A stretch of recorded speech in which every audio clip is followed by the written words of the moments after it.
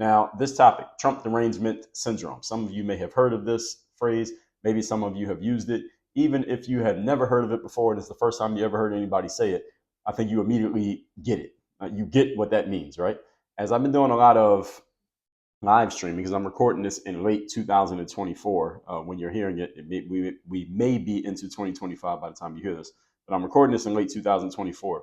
And I started doing a whole lot of live streaming starting around maybe October of 24. And then I just kept it up because I noticed that when I did live streams and I talked about specifically about current events, it tended to draw a nice sized audience that was bigger than the audience that I would get for just talking about, let's say, evergreen things, such as what I do here on this show. And every once in a while, as evidenced by exactly what I'm talking about here today, sometimes I will tap into, sometimes I will tap into non evergreen topics. I'm trying to do two things at the same time here. This is why you do one thing at a time. So when I started talking about these things, I've talked about this topic a bunch of times if you watch any of my live streams. And by the way, if you want to catch my lives, I probably am still doing them by the time you hear this. I do them at 8 a.m. Eastern, Monday through Friday. And I do it on every platform that allows streaming. So TikTok, Instagram, Rumble, X, YouTube, LinkedIn, and Facebook. I believe that's all seven. I think I named all seven. I'm on all of those at 8 a.m. Eastern, Monday through Friday, if you want to hear me talk. Usually I'm talking about something current event or touching a current event. So I figured that since I had touched on it a few times in my live streams, I needed to just get on the record and talk about this in a way that everybody could hear it and make sure that it's on the official record. And the official record is what I do here on this show, because this is where I'm not responding to people's comments and I'm not looking at different screens. I'm just recording this as it needs to be said. And this will be a definitive record of what I had to say. If I wanted my great grandkids to go through who Dre Baldwin was and find out where I stand on things, I would send them to listen to the stuff that I put on this platform. And that's you all listening to the Work on Your Game masterclass that some of you call a podcast. This platform is the official record, even though I have content in many other places. So I want to be on the record compendiously, and everything I talked about, as I said, this will have a complete episode on every subject where I want to make it clear where I stand if there's an opinion or a perspective that I have. So point number one, topic once again is Trump Derangement Syndrome Explained. This is going to take 3 parts for me to break it down. Number one, Trump Derangement Syndrome is really a form of cognitive dissonance. Now, the definition of cognitive dissonance, if you haven't heard of it before, is, and you will understand it even if you never heard of it once I give you the definition, quote, the psychological tension that occurs when one holds mutually exclusive beliefs or attitudes and that often motivates people to modify their thoughts or behaviors in order to reduce the tension, period, close quote. In other words, when I put this in a more everyday language, cognitive dissonance is what happens when your beliefs and reality clash with each other. This is one form of cognitive dissonance. You believe things to be one way, and then you experience reality and understand that they're different. There's a tension that happens there. There's a conflict between the two. And at that point, you have to decide which one gets altered, because it's very hard for humans to sit in that discomfort of believing one thing, but reality saying something completely different. So at that point, you have to decide, do I want to alter my beliefs, or do I want to try to alter reality or alter my perception of reality, which is what most people end up doing. I'll get to that in a moment. What I'm going to go on to explain in this episode are the 3 specific beliefs that people have that lead to TDS, also known as Trump Derangement Syndrome, and then what happens from there. So to give you some examples of the cognitive dissonance that can happen, I've told you the story of once I was playing basketball at my local park. This is when I was maybe 22 or 23 years of age. I saw a couple of younger guys. They were maybe 18 or 19, who I knew from the neighborhood, but I did not know them from playing basketball. I just knew them from being in the neighborhood. They would walk past the playground as everybody did, but they weren't serious about basketball. They probably thought they could play because every young black man from the hood thinks he can play basketball, at least a little bit. They knew I was a serious player. And case in point, when they saw me that day, I was on the court practicing. They were walking by doing who the fuck knows, not playing basketball. They saw me, it was like, what's up, Dre? And I guess they didn't have anything to do. So they said, well, can we play with you? Can we play one-on-one? But it was 2 of them. So I said, why don't I play y'all 2-on-1? Because I knew I could beat both of them. And they looked at each other kind of like incredulously, like, this guy, we know Dre's good, but he ain't that good. No way he could beat both of us at the same time. So they accepted my challenge. We played like 3 games of 2-on-1, me against both of them. And I kicked their asses all 3 games. And after the games were over, we were all kind of sitting on the benches next to the basketball court. And at that exact moment, these two young men were experiencing cognitive dissonance because their belief that, yeah, he might be better than each of us, but he can't be better than both of us put together was clashing with the reality that I was better than both of them put together. And I could see the wheels turning in their minds like, damn, no way that this guy could be that much better than me. And they could have just accepted that and said, this guy's just better than us. He practices more. He's just way above where we are. They could have just accepted that. Most human beings, their ego will not allow them to accept such a reality. So here's what they did instead. The guy said, well, hey, well, actually, they did kind of accept it because here's what one of the young men said. He said, well, how often do you come to the park, Dre? Because I need to get better. And so he was actually accepting the reality, but the clash was, there's no way this could happen. Before the game, they're looking at themselves, no way this could happen. But then after the game, it was, damn, this happened.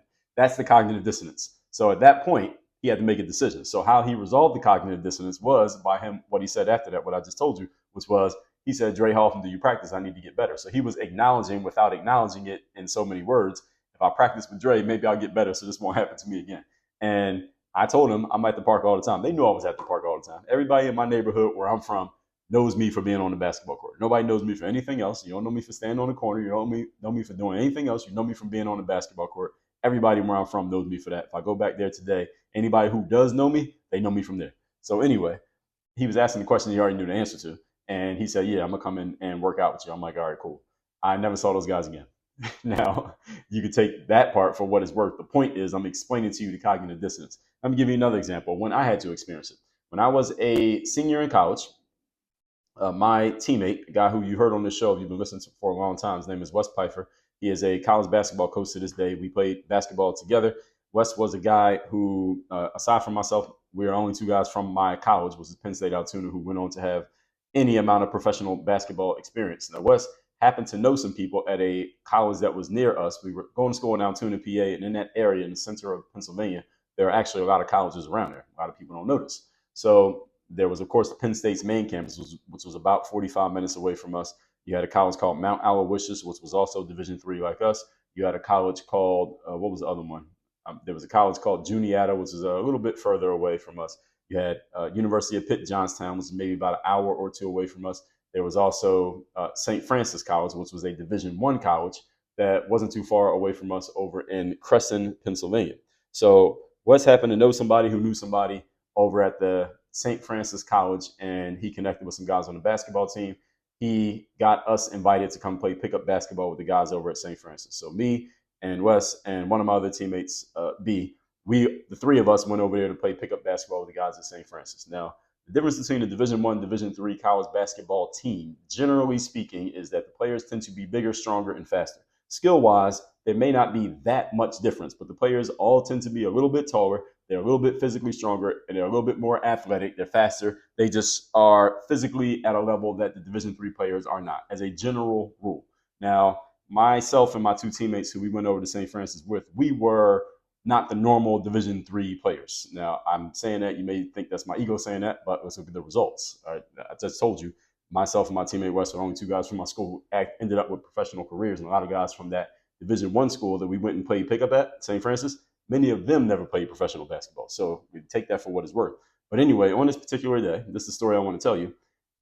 I remember myself, or I know myself as a player, my calling card at that point was my athleticism. I was an above the rim guy who was just really athletic. And when we played pickup basketball on our own campus, as long as I leveraged my athleticism, there weren't many people on the campus period who could really do anything against me. So one of the reasons why we ended up looking for other places to play basketball around us was because there was so little competition on our own campus. Because just to be honest, many of our teammates who we played with on the basketball team, they were not like basketball junkies. These are guys who, when the basketball season ended, you never saw them in the gym again. They only practiced because they were on the basketball team. They didn't practice because they actually loved basketball or they wanted to really get better personally. They weren't ambitious. They just played because it was available at the time, which is the case usually at the Division III level. These players are not super serious about their sport. They play because they can, and they want to move on to other things in life besides that sport. I was a little bit different. My teammate Wes was a little bit different. This is how we ended up going to play at St. Francis. Now, I just told you, these guys are bigger, stronger, faster. So, and I also just told you I was one of the athletic guys. I was the athletic guy on my campus. So we go play pickup at St. Francis, and they had an athletic guy on their campus. Now, this guy was a little bit taller than me, maybe a little bit faster than me, and he could cover more airspace than I could. Vertically, he could cover more airspace than I could. Long story short, I tried to go up and dunk on this guy, and he blocked my dunk because he was taller than me, longer than me, and probably could jump higher than me. He blocked my dunk, and that was a very humbling moment for me because at that moment, I was experiencing cognitive dissonance. What was the cognitive dissonance? The cognitive dissonance was that I believe my athleticism could put me above and beyond any player I played with if we made it into a battle of athleticism. But in that moment, when this guy blocked my dunk, it proved to me that this was not the case. So what I had to do was either, again, when you experience cognitive dissonance, you can either alter your belief or you can alter reality or try to alter in your mind your perception of reality. I did not alter in my mind my perception of reality. I said, this guy's more athletic than me, and I bet, this is the conclusion I came to, and this took me maybe like a day. There are probably other players who are going to be at the pro level, if and when I get there, who are just as athletic as this guy who just blocked my dunk very easily. Therefore, I can't just depend on athleticism if I'm going to play at the next level of basketball. That's the conclusion that I came to, which led to me refocusing on other aspects of my game. I was going to stay athletic, but let me make sure my ball handling skills are good. Let me make sure I can shoot the basketball. Let me make sure I can pass. Let me make sure I play good defense. I need to be able to do other things because just in case I play against someone who's more athletic than me, therefore I don't become rendered completely irrelevant. You understand? So this is an example of experiencing cognitive dissonance. When you experience a clash between your belief and reality, what reality is showing you, you can either alter how you view reality, i.e. lie to yourself about what just happened. That's what most people do. We'll get to that in a moment. Or the other thing you can do is say, damn, all right, I thought it was one way, it's actually another way. I need to change what I'm bringing to the table or what I'm doing or how I'm thinking so that this situation makes more sense. Moving on to point number 2. Topic once again here today is Trump Derangement Syndrome. I'm explaining how it happens and where it comes from. So the first belief you have to have in order to experience this Trump Derangement Syndrome, and this all goes towards this cognitive dissonance that I just explained in the first point. First belief is that Trump is a bad, terrible, no good person who is not qualified. And when I say qualified, I mean that in a subjective way. He's not qualified to be president. All right, this belief is based on things that we or you have come to accept via the feeding of mainstream media into your brain. So you can go on and list all the negative things we have been told about him. Again, whether you agree with them or not, negative things we've been told about him, right? Sexual assault charges, business bankruptcies, multiple wives and divorces, sex with a porn star, fraud charges, felony convictions, overthrowing the government, refusal to accept the results of a free and fair, quote unquote, election, going to be a dictator from day one, it's going to be a bloodbath, all the negative things that you were told that Trump did, said, believed, or was about, whether true or not, factual or not, taken out of context or not. We know we have been fed a laundry list of these things, right? You get the point. This all leads, in order for you to have Trump Derangement Syndrome, you have to, from this first point, come to the conclusion that Trump is just a bad human being who should not be allowed to do anything, let alone be president of the United States. If you don't have this, then you are not qualified for TDS. Qualified for TDS, you must have this first point. He is just a bad person for whatever reason, based on whatever quote unquote facts or information you have been fed. Point number 3, excuse me. Topic once again today is Trump Derangement Syndrome. So the second belief you must have in order to have Trump Derangement Syndrome is that most other human beings are smart, logical, and morally upstanding people similar to you. And I mean that in a tongue-in-cheek way. I'm being facetious when I say smart, logical, and moral just like you. Because almost everybody, if you ask them, are you a smart person? Are you a logical person? Are you a morally upstanding person? Almost everybody answers the question yes. But somehow, some way, we tend to point out a bunch of people who are not as smart as us, not as logical, not as morally upstanding, usually because we don't have the same opinions as those other people. So therefore, they must be the idiots and we must be the smart ones. They must be the bad people. We must be the good people. We must be the ones who are logical and everybody else is just emotional. No wonder we have different opinions. And again, I'm being tongue-in-cheek when I say that because a lot of people tend to look at life this way.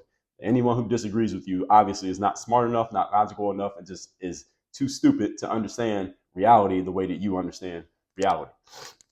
Again, that is all, I'm being very sarcastic. You may not hear it in my voice, but that's sarcasm. That's why I'm pointing it out.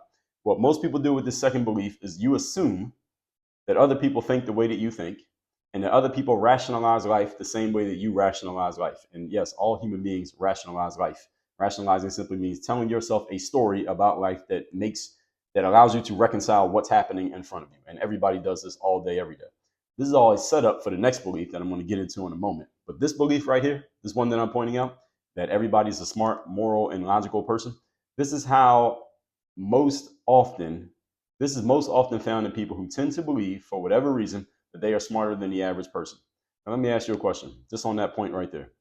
If you were to stop 100 random people on the street and ask each one of them if they believe they're smarter than the average person, what percentage of people do you think would answer yes? Now, let's think about this before you even come up with an answer. Even if you already did, it's okay. Smarter than the average person means the average person will be around a level 50th percentile of intelligence. This means people who are smarter than the average person will be about half of the population, and people who are not smarter than the average person will be about the other half of the population, which means if everybody was logical and reasonable and you were really choosing a randomized group of people, if you asked 100 people if you're smarter than the average person, you should get about 50% saying yes and 50% saying no. If this was like a properly scientifically done test. Now, it is not, but just go along with me, humor me here as I go along with this. If you were to ask 100 random people on the street this question, what percentage of people do you think would say yes? I say somewhere between 70 and 90% of people would say yes. I'm smarter than the average person, which is mathematically impossible because only about half of people can be smarter than the average person. Again, if this was truly a random test, it's technically not, but you get my point. The problem with this is most people tend to think that they are smarter than most other people. Almost everybody thinks that. I say about 80% of people think they're smarter than the average person. But how is that possible? It's not possible. Mathematically, that doesn't make any sense. So, and this is the problem. Okay. Most of the people in this position tend to think this for multiple reasons. Can I share the reasons with you? Here they are. Reason number one, people think they're smarter than other people because of your career success or your financial success, i.e., the amount of money you make or where you stand in your profession, the level that you have ascended to or the level that you hold in your profession. That's one reason most people think they're smarter than others. Number two is because of your professional or educational credentials, i.e., I'm a doctor, I'm a PhD, I'm a lawyer, I have this degree, I have this advanced degree, or I'm a upper management person at my company. I'm the head of mergers and acquisitions. I'm a supervisor at my company. Your professional or educational credentials. Most people spend a lot of their adult lives looking to achieve credentials. And when they achieve those credentials, they hang their hat on those credentials as a way of boosting their ego and one-upping other people who don't have those same credentials. You see this often with people with academic credentials. They'll usually put that as the first thing in their bios on social media because they want you to know that they have those credentials because their egos are tied to those credentials. Doesn't make them a bad person. I'm just explaining to you why people think they tend to be smarter than everybody else. Another reason is because of their associates. Another reason people think they're smarter than other people is because they hang around with other people who have credentials or other people who have money or other people who have some sort of professional title. And the law of association states you become the average of the people you spend the most time with. So if you're hanging around people who think they're smarter than everybody else because of whatever they have on their resume, you're going to start thinking the same way. Why? Because you're hanging with them. Simple as that. When you hang around people who think a certain way, you're going to start thinking how they think. And this makes you feel superior to other people just by association, even if you don't have the same things that they have. When you hang around people with no credentials and no money, then that might make them feel superior to you. So either way, you feel like you're smarter than everybody else, or certain people may feel they're smarter than everybody else. So you see how this is all a setup. Let me say that last point one more time, make sure I said that properly. So when you hang around people who don't have credentials, that's the way I should have said it. So checking myself in that last point there. When you hang around people who are not really that good and they don't have credentials, just by hanging around them, you may feel superior to people in general because all the people you hang with, you're the most accomplished, you have the most money, you have the most credentials. Therefore, you go through life believing that you're just above people because most of the people you hang with, you are above them. So this law of association can kind of work in opposite ways depending on how you choose to use it. This is why I explained that rationalization part. We can come up with a story to make anything make sense to any of us. So I can hang around a bunch of people who are really high level performers, and that can make me feel like I'm a high level performer because I'm next to them. And I can hang around a bunch of people who are low level performers, and it doesn't make me feel like I'm a low level performer, even though it should if we're applying the law properly. If we're applying it equally, rather, is a better way of saying it. Instead, I can say, well, because these people are low level, that must mean I'm a really good person because how am I better than everybody? All right, you see how that works? That's the rationalization. And humans do this to themselves all day, every day. Again, this is the rationalization. We make up stories in our minds that make everything make us feel good, whatever that is for you. And all of us have different comfort zones. Point number 4, today's topic, once again, we're talking Trump Derangement Syndrome, how it happens and why it happens. Number 4, here's the third belief a person has to have in order to get TDS. So number 1 was you have to believe Trump's a bad person. Number two, you have to think most people are generally smart, and almost everybody thinks that they're smart, and they think everybody else thinks how they think. That's the ego part. That's the arrogance, that you think everyone reasons and comes to conclusions the same way that you do. And number three, here's the third belief. Because of beliefs number one and two, there's no way that the majority of people in America who are also, they think the way that you think, even if they may not be as smart, they have the same thought patterns. There's no way that the majority of voters could actually vote for this guy. No way that could happen. There's no way that half the country can vote for this guy, being that he's a bad guy, being that everyone else believes he's a bad guy, or at least most people believe it. There's no way everybody can vote for him. No way. It's impossible. Since Trump's a bad person, and since everyone thinks like you, which means they agree that he's a bad person, no way he can win. You see that? There's no way that all of these people would come together and vote for Trump. There are too many smart people for a terrible outcome to occur. There are too many smart people in charge of an outcome for a terrible outcome to occur, because a bunch of smart people have to come to a smart conclusion, and a smart conclusion based on your own cognitive dissonance, or based on, we can call it cognitive dissonance, or your own rationalization, or your own personal experience of life, what you call quote unquote reality, is that most people are generally smart and they know Trump's a bad guy. No way he can win. And at that point, when Trump actually wins, which he has, this is when the cognitive dissonance hits. The cognitive dissonance started to hit people around, so the election was on November 5th, 2024. So around the morning of November 6th, 2024, and it's still happening now. As of this recording, I'm recording this in late 2024. The cognitive dissonance is still being dealt with by a whole lot of people, and I'm going to tell you exactly how they deal with it and what it looks and sounds like. Some of you are guilty of this. I'll be explaining that as we go further into this series. But here's where the cognitive dissonance happens: the moment that he wins. Because what happens when he wins? That means reality, what actually happened, is in conflict with your beliefs. So I'll just explain your belief system. Then I told you that reality smacked your beliefs upside the head. Now what do? Because cognitive dissonance happens at that moment. As soon as you get smacked, you get cognitive dissonance. Oh, damn, I thought it was this way, but it's actually the other way. What do? Tomorrow, we're going to talk about what you do. First, let's recap today's episode, which is Trump Derangement Syndrome Explained. Again, this is the first of a three-part series. First point is TDS is actually cognitive dissonance, which is the tension that occurs when reality and your beliefs come into conflict. Point number two, the first belief you have to have a certain reality, or excuse me, a certain belief, certain worldview that ends up getting toppled is, first, Trump has to be a bad person because of the laundry list of negative things told to you, fed to you by the mainstream media. Point number three is belief number two. Most other people are smart, logical, and moral people just like you. Again, that's sarcasm, that almost everybody thinks that everyone else thinks like them, and that's why you think most people are smart, because they agree with you. And point number four is belief number three. Because of beliefs numbers one and two, there's no way that Trump can ever win an election. So then when he actually wins the election, that's when the cognitive dissonance hits. What do you do then? Tomorrow you're going to find out. Make sure you go to workonyourgameuniversity.com. Get on the list to work with us in the university. Have me as your direct coach, and let's get straight to work when it comes to your mindset, your personal development, your professional development, building your business, expanding it, getting done all the things you need to get done, so you stop telling yourself you're going to do them later and stop being disappointed with yourself for not doing them. Go to workonyourgameuniversity.com. Work on your game. Dre, all